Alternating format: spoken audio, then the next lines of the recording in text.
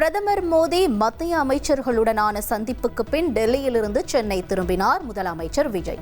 சென்னை விமான நிலையம் வந்த முதல்வர் விஜயை கண்டு தொண்டர்கள் மற்றும் மக்கள் ஆரவாரம் செய்தனர்.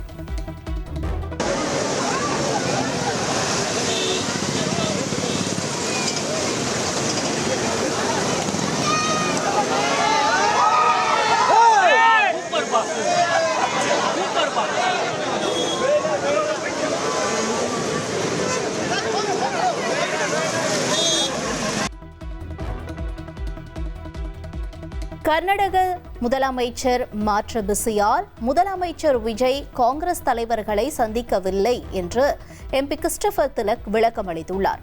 முதல்வர் விஜய் ஜூன் 11ஆம் தேதி மீண்டும் டெல்லி வரவுள்ளதாகவும் அப்போது தலைவர்களை சந்திப்பார் என்றும் அவர் கூறியுள்ளார்.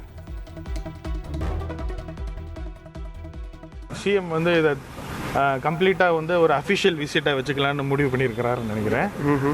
பிரைம் மினிஸ்டரை பார்த்துட்டு போயிட்டார். அடுத்த விசிட் அநேகமாக ஜூன் 11ஆம் தேதி மீண்டும் மாண்பு முதல்வர் இங்கே வராரு. கண்டிப்பாக அப்போ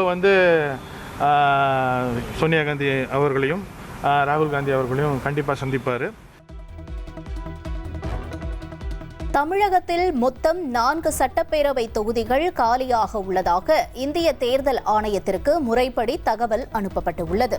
தமிழக தலைமை தேர்தல் அதிகாரி அர்ச்சனா பட்நாயக் தேர்தல் ஆணையத்திற்கு அதிகாரப்பூர்வமாக முறைப்படி கடிதம் மூலம் தெரிவித்துள்ளார். செங்கோட்டையன் தாவேகாவில் இணைந்தபோது பலர் கேலி பேசியதாக அமைச்சர் ஆதவ் அர்ஜுனா கூறியுள்ளார். தேர்தல் முடிவு வெளியான அன்றே திமுக அதிமுக கூட்டணி பேச்சுவார்த்தை நடந்ததாகவும் அவர் குற்றஞ்சாட்டியுள்ளார். பதவிக்காக தாங்கள் ஆசைப்படவில்லை என SP வேலுமணி மீண்டும் திட்டவட்டமாக கூறியுள்ளார். அதிமுக மீண்டும் ஆட்சிக்கு வர வேண்டும் என்பதை தங்கள் நோக்கம் என்றும் கூறியுள்ளார். எங்களுக்கு பொறுத்தளவுக்கு அதிமுக கட்சி எங்களுடைய உயிர் மூச்சு, அதில் மாற்றுக்கருத்து இல்லை. உங்களுக்கெல்லாம் இதுக்கு முன்னாடி சொன்னோம், பத்திரிகைகள் பல பேர் எழுதி கொண்டிருந்தார்கள் நாங்கள் பதவிக்காக என்று பல்வேறு, அதாவது தேர்தலுக்கு முன்னாடி கூட இப்படி ஒரு சில குரூப் எல்லாம் வேலை பார்க்கல. இப்போ தான் எங்களை கொண்டு போய் பதவிக்கு அது இதுன்னு போட்டாங்க. நாங்கள் இப்போ ஆரம்பத்திலிருந்தே சொன்னோம், எங்களுக்கு பொதுச்செயர் எடப்பாடியார் தான். அதிமுகவின் 90% தொண்டர்கள் தாவேகாவில் சேர விருப்பம் தெரிவித்துள்ளனர். சென்னை பனையூரில் நடைபெற்ற மாற்றுக் கட்சியை சேர்ந்தவர்கள் தாவேகாவில் இணையும் நிகழ்வில் ஆதவ் அர்ஜுனா பேச்சு.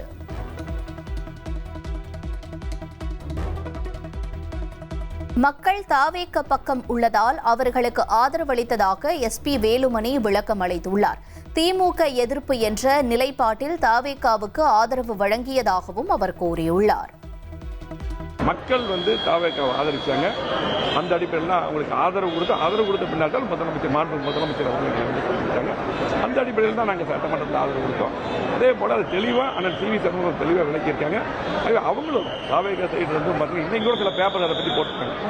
அவர்களும் என்ன சொன்னாங்கன்னா, நீ நான் எங்கள்கிட்ட அவங்க பதவியெல்லாம் கேட்டு வரல, திமுக எதிர்ப்புங்கிற நோக்கத்தில் நாங்களும் திமுக எதிர்ப்பு தாவேகவும் அதிமுக திமுக அந்த அடிப்படையில் தான் எங்களுக்கு ஆதரவு கொடுத்தாங்க சொல்லிட்டாங்க. நாங்களும் அது தங்களது கருத்துதான் CV சண்முகத்தின் கருத்து என நிலைப்பாடு குறித்த கேள்விக்கு SP வேலுமணி பதிலளித்துள்ளார்.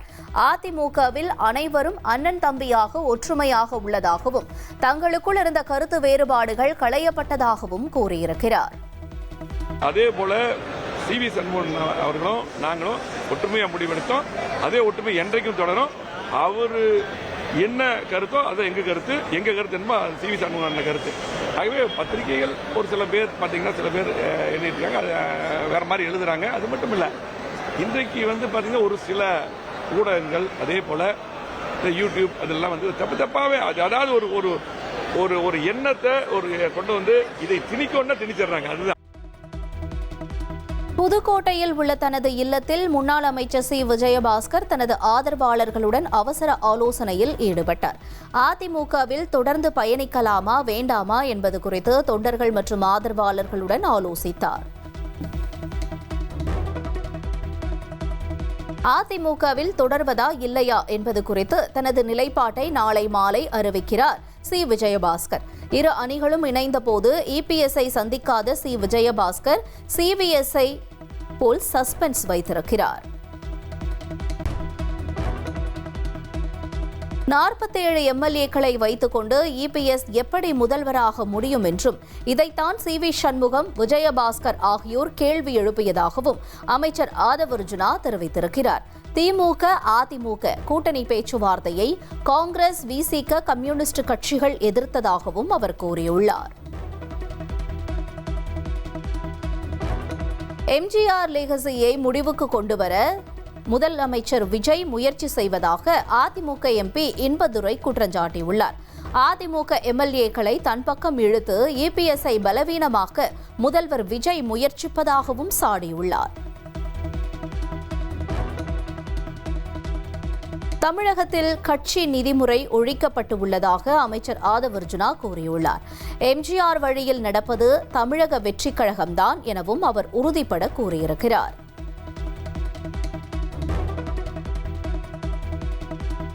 அதிமுக எம்எல்ஏக்கள் ராஜினாமா விவகாரத்தை சிபிஐ விசாரிக்க வேண்டும் என மாநிலங்களவை எம்பி தனபால் கோரிக்கை விடுத்துள்ளார். ராஜினாமா பின்னணியில் மிகப்பெரிய பணப்பரிமாற்றம் நடந்துள்ளதாகவும் குற்றஞ்சாட்டியிருக்கிறார்.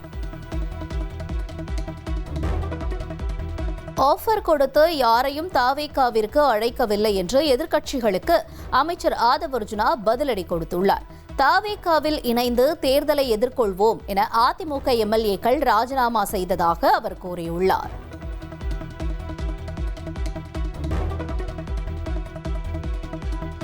காலி மதுபாட்டில்களை திரும்பப் பெறுவதற்கு எதிர்ப்பு தெரிவித்து கரூரிலும் டாஸ்மாக் ஊழியர்கள் போராட்டத்தில் ஈடுபட்டுள்ளனர். திருப்பூர், நாமக்கலை தொடர்ந்து கரூர் மாவட்ட டாஸ்மாக் மேலாளர் அலுவலகம் முன்பு கூடி ஆர்ப்பாட்டம்.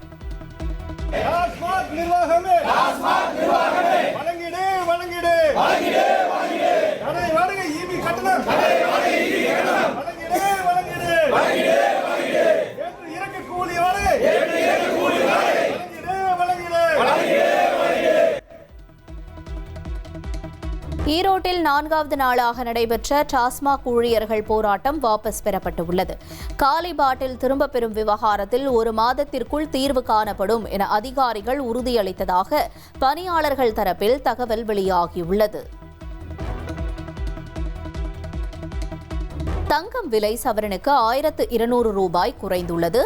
1 கிராம் தங்கம் 14,500 ரூபாய்க்கும் சவரன் 1,16,000 ரூபாய்க்கும் விற்பனை செய்யப்படுகிறது. கோடை விடுமுறை முடிந்து புதுச்சேரியில் பள்ளிகள் வரும் ஜூன் 4ஆம் தேதி திறக்கப்படும். முதலமைச்சர் ரங்கசாமி அறிவிப்பு. முதல்வர் பதவியை ராஜினாமா செய்யப்போவதாக அதிகாரப்பூர்வமாக அறிவித்தார் சித்தராமையா. காங்கிரஸ் தலைமை கேட்டுக்கொண்டதன் பேரில் ராஜினாமா செய்ததாகவும் புதிய முதல்வருக்கு அமைச்சர்கள் ஒத்துழைப்பு வழங்க வேண்டும் எனவும் வேண்டுகோள் விடுத்துள்ளார். கர்நாடக முதல்வராக பதவியேற்கும் டி.கே. சிவக்குமார் சித்தராமையாவின் காலில் விழுந்து ஆசீர்வாதம் பெற்றார். பெங்களூருவில் உள்ள தனது இல்லத்தில் அமைச்சர்களுக்கு சித்தராமையா சிற்றுண்டி அளித்த நிலையில் டி.கே.எஸ். ஆதரவாளர்கள் கொண்டாட்டத்தில் ஈடுபட்டுள்ளனர்.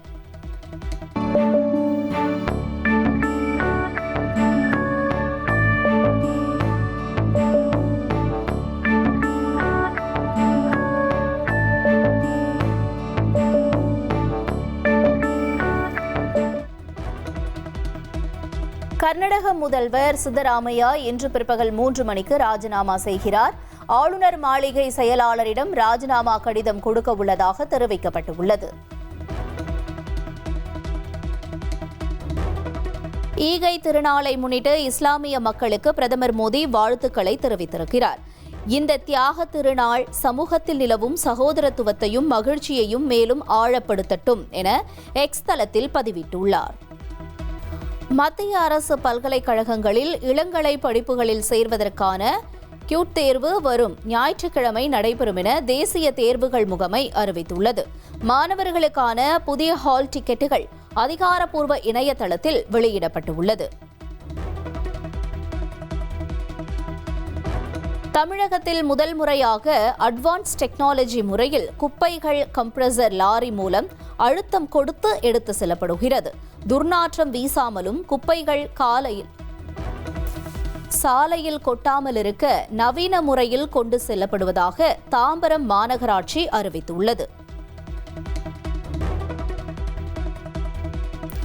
புதுச்சேரி வில்லியனூர் திருக்காமீஸ்வரர் கோயில் தேரோட்டம் விமரிசையாக நடைபெற்றது. துணைநிலை ஆளுநர் கைலாஷ்நாதன், புதுச்சேரி முதலமைச்சர் ரெங்கசாமி ஆகியோர் தேரினை வடம் பிடித்து இழுத்து தேரோட்டத்தை தொடங்கி வைத்தனர். IPL தொடரில் நாளை நடைபெறும் 2வது குவாலிஃபயர் போட்டியில் ராஜஸ்தான், குஜராத் அணிகள் மோதுகின்றன. இதில் வெற்றி பெறும் அணி இறுதிப் போட்டியில் RCB அணியை எதிர்கொள்ளும்.